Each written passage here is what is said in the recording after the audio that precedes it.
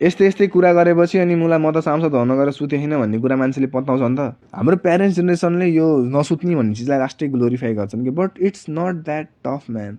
अनि नसुत्ने भनेको कुनै फ्लेक्स हान्ने चिज होइन कि 16 घन्टा काम गरेँ म त खतरा डेडिकेटेड छु। नो ब्रो, यदि कोही मान्छे यदि आफ्नो काममा डेडिकेटेड छ भने चाहिँ त्यसले आफ्नो हेल्थलाई प्रायोरिटाइज गर्छ, त्यसले आफ्नो प्रोडक्टिभिटीलाई प्रायोरिटाइज गर्छ कि।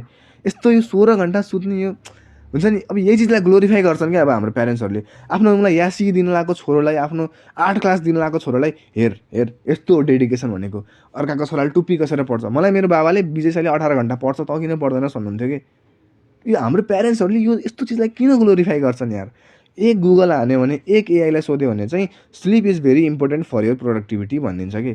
तर हाम्रो प्यारेन्ट्सहरूले यो कुरा बुझ्दैन कि। यस्तै यस्तै चिजहरू हेर्छन् अनि त्यसपछि आफ्नो छोराछोरीलाई प्रेसर गर्न थाल्छन् कि सुत्ने भनेको अल्छी हो, दिन रात पढ्नुपर्छ भन्छन्। अनि के को लागि पढ्ने, त्यो पाजी त्यो 3.7 जिपिएको लागि मासला। 3.7 जिपिएको लागि मलाई यति घोटे नि मासला, त्यो केही काम लाग्ने नि होइन, केही पनि होइन। आजकल मलाई हग्ने मुत्ने जसले नि 4 जिपी ल्याउँछन्, त्यो कामै छैन कि यस्तो कुराले यार। सो प्लिज हाम्रो फाइनेन्स मिनिस्टर जस्तो मान्छेले चाहिँ यो नसुत्ने भन्ने चिजलाई यस्तो फ्लेक्स नहानिदिनुहोस्, किनभने हाम्रो प्यारेन्ट्सहरूले चाहिँ उल्टो पुल्टो मेसेज लिन्छन् अनि बच्चाले प्रेसर दिन्छन् कि।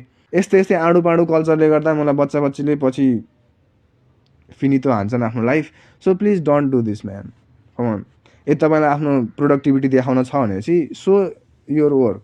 It's not about how many hour you put, it's about how much work you can do. Best of lock.